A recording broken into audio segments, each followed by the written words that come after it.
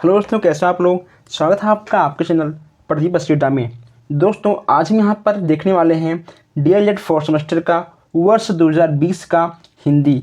दोस्तों, इसमें आपका 25 नंबर के क्वेश्चंस होते हैं। दोस्तों, ये आपको 1 घंटे यानी 60 मिनट में आपको 18 क्वेश्चंस करने होते हैं। देखिए दोस्तों, आपको 60 मिनट में 18 क्वेश्चंस करने होते हैं। आज हम यहाँ पर हर क्वेश्चंस का पूरा व्याख्या के साथ जानने वाले हैं। और दोस्तों, अगर अभी तक आपने चैनल को सब्सक्राइब नहीं किया है तो सब्सक्राइब कर लीजिए, ताकि ऐसे ही हर क्लास आप तक सबसे पहले पहुँचे। दोस्तों, देर न करते हुए चलिए हम चलते हैं अपने क्वेश्चंस पर। हम आपको बता दें कि आपको वस्तुनिष्ठ से 5 क्वेश्चंस 5 नंबर के मिल जाते हैं और हर क्वेश्चंस आपका 1-1 नंबर का होता है। आपका फर्स्ट क्वेश्चन है, साकेत महाकाव्य के रचनाकार हैं। साकेत महाकाव्य के रचनाकार कौन हैं? आपके हो जाएंगे मैथिली शरण गुप्त। मैथिली शरण गुप्त साकेत महाकाव्य के रचनाकार हैं। सेकंड आपका है, उच्चारण के समय ध्वनि के समुचित अवरोह अवरोह को कहते हैं। उच्चारण के समय ध्वनि के अवरोह और अवरोह को क्या कहते हैं? उससे कहते हैं स्वराघात। क्या बोलते हैं उसको? स्वराघात बोलते हैं। यानी आपका पहला बिल्कुल सही होगा। तीसरा हम लोग देखते हैं, अनुस्वार के बाद यदि प वर्ग व्यंजन आता है तो अनुस्वार का उच्चारण होता है। अगर अनुस्वार के बाद प वर्ग व्यंजन आता है तो अनुस्वार का उच्चारण आपका हो जाएगा आंसर नंबर 2, यानी आपका माँ बिल्कुल सही होगा। ओके दोस्तों, चलिए आगे बढ़ते हैं। नेक्स्ट आपका है, आवारा मसीहा के लेखक कौन हैं? आवारा मसीहा कहानी के लेखक कौन हैं? तो आवारा मसीहा के आपके हो जाएंगे विष्णु प्रभाकर। ओके दोस्तों, आपके हो जाएंगे आवारा मसीहा के विष्णु प्रभाकर। चौथा का आपका हो जाएगा पहला विष्णु प्रभाकर आवारा मसीहा। और पांचवा देखते हैं हम, काव्य की आत्मा है। काव्य की आत्मा किसे कहा गया है? ये भी आपका पहला सही हो जाएगा, यानी आपका रस बिल्कुल सही हो जाएगा। ओके दोस्तों, चलिए दोस्तों आगे बढ़ते हैं। अगर आपने अभी तक वीडियो को लाइक नहीं किया है तो लाइक कर दीजिए। आपके एक लाइक से हमें मोटिवेशन मिलता है और दोस्तों हम मोटिवेशन के साथ आपके लिए ऐसे अच्छे क्लास लेकर आते रहेंगे। अब यहाँ हम देखते हैं क्वेश्चन नंबर 6 है, अनिवार्य संस्कृत में उच्चारण दोष के 2 प्रमुख प्रकार। दोस्तों, 2 प्रमुख कारण बताइए। यहाँ पे आपको अनिवार्य संस्कृत में 2 प्रमुख दोष के कारण बताना था। आप इसे खुद से भी लिख सकते हो दोस्तों। और एक बात कर लें कि यहाँ पे आपको नीति के श्लोक भी लिखने थे। आपको दोस्तों दिख रहे होंगे, आपको कोई भी एक नीति के श्लोक लिख देना था। हम यहाँ पर आपको एक नीति का श्लोक दिखा रहे हैं। आप इसे भी याद कर सकते हो और लिख सकते हो अपने जाकर एग्जाम में। अब बात करते हैं, कहानी के 2 प्रमुख प्रकारों के नाम लिखिए। अगर दोस्तों यहाँ कहानी की बात आ गई, ठीक है, यहाँ पे कहानी की बात आ गई, पहले हम ये जानें कि आपके कहानी कितने प्रकार होते हैं। कहानी के कितने प्रकार होते हैं? कहानी के मुख्य 3 प्रकार होते हैं। कौन कौन सा? पहला आपका हो जाएगा ऐतिहासिक कहानी, ऐतिहासिक कहानी। और दूसरा आपका हो जाएगा सामाजिक कहानी, दूसरा आपका हो जाएगा सामाजिक कहानी। ओके दोस्तों, और तीसरा आपका हो जाएगा धार्मिक कहानी। क्या? धार्मिक कहानी आपका हो जाएगा।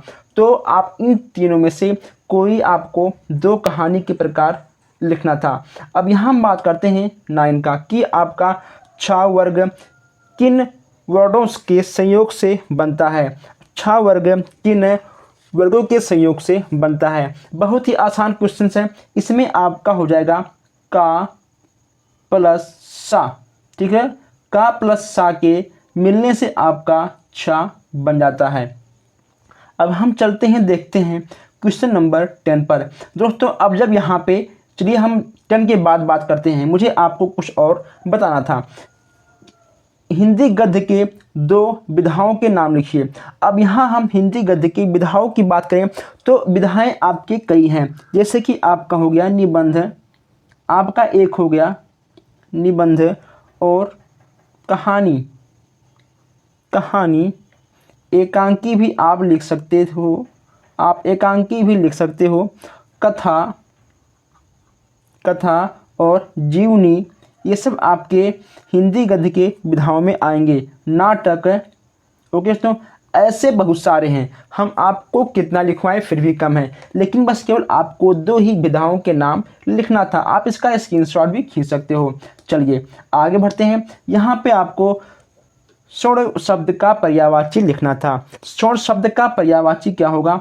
आप लिख सकते हो पहला सोना, पहला आपका हो जाएगा सोना और दूसरा आपका हो जाएगा कनक। कनक माने स्वर्ण या फिर सोना, और सोना, कनक और स्वर्ण दोस्तों, ये आपके तीनों सोना के पर्यायवाची हैं। ओके दोस्तों, कभी कभी आपसे एग्जाम में पूछ लेता है कि पत्र कितने प्रकार के होते हैं। अब यहाँ पे हम थोड़ा आपको एक्स्ट्रा जानकारी दे दें, फिर आगे बढ़ते हैं। पत्र कितने प्रकार के होते हैं या फिर पत्रों के कितने भेद, पत्रों के कितने भेद होते हैं? ये आपके 6 प्रकार के होते हैं। कितने? ये आपके 6 प्रकार के होते हैं। पत्र आपके 6 प्रकार के होते हैं। कौन कौन से होते हैं आप लोग लिख लीजिए। सामाजिक आवेदन पत्र, सरकारी कार्यालय के पत्र, संपादक पत्र, व्यवसायिक पत्र और आपका पारिवारिक पत्र। अगर आपको इसको लाइन से लिखना है तब भी आप लिख सकते हो। पारिवारिक पत्र, सामाजिक पत्र, व्यवसायिक पत्र, संपादक के नाम पत्र, आवेदन पत्र तथा सरकारी कार्यालयों के पत्र। इसके साथ साथ कभी आपसे एक क्वेश्चन और पूछ लेता है कि नट कितने प्रकार के होते हैं। दोस्तों ऐसे क्वेश्चंस आप लोग अक्सर भूल जाते हो, इसलिए हमने सोचा कि यहाँ पे आपको हम बता दें नट कितने प्रकार के होते हैं। ये क्वेश्चन से अगली बार आया हुआ था। नट कितने प्रकार के होते हैं? नट आपके 4 प्रकार के होते हैं। कितने? आपके नट 4 प्रकार के होते हैं। अब हम आगे बढ़ते हैं।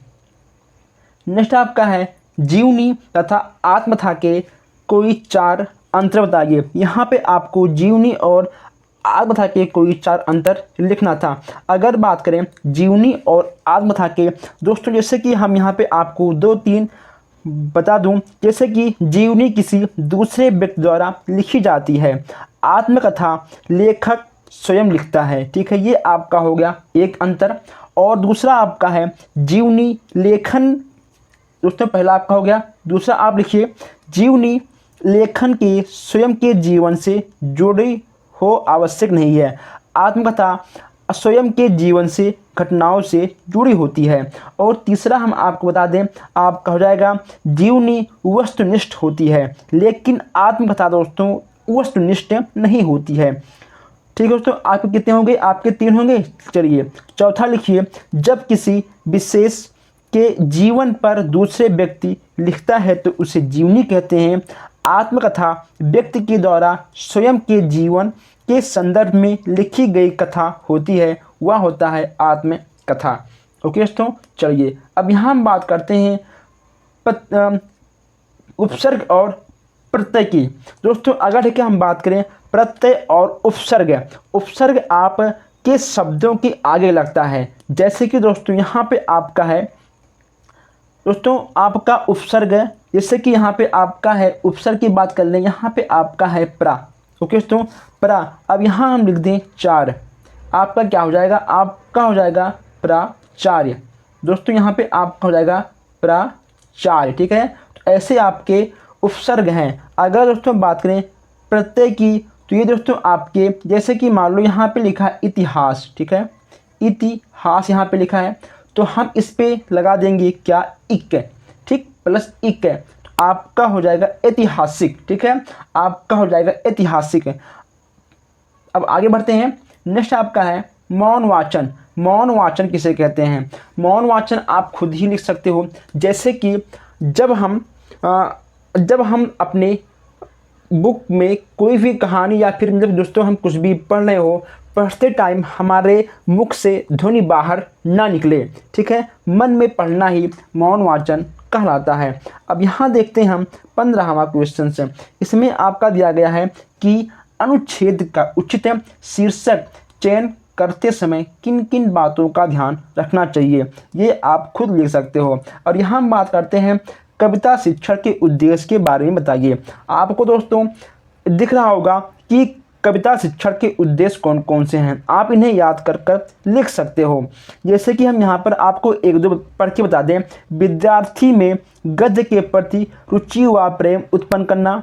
ओके दोस्तों, लय ताल एवं भाव के अनुसार कविता पाठ कराना। दोस्तों ऐसे ही आप कई सारे याद कर सकते हो। अब यहाँ हम बात करते हैं विशेषण किसे कहते हैं। इसे आपको याद करके लिखना होगा, क्योंकि दोस्तों ऐसे क्वेश्चंस आपके एग्जाम में आ जाते हैं। अब यहाँ देखते हैं हम लास्ट क्वेश्चन से, हिंदी वाक्य का संस्कृत में अनुवाद करिए। यहाँ पे आपका लिखा है पेड़ से पत्ते गिरते हैं। पत्ते कहाँ से गिरते हैं? पत्ते पेड़ से गिरते हैं। इसका आपका हो जाएगा वृक्षात पतौड़ी पत्यंती। और नेक्स्ट आपका है राम घर जाता है। यह आपका हो जाएगा रामा गृहम गच्छति। ओके दोस्तों, तो आज हम लोगों ने 18 क्वेश्चन देखे हैं इंग्लिश एवं हिंदी के। अगर दोस्तों आपको यह वीडियो अच्छा लगा हो तो आप लोग चैनल को सब्सक्राइब करें, वीडियो को लाइक करें, प्लस शेयर भी करें। हम फिर मिलते हैं नेक्स्ट वीडियो में। Thank you.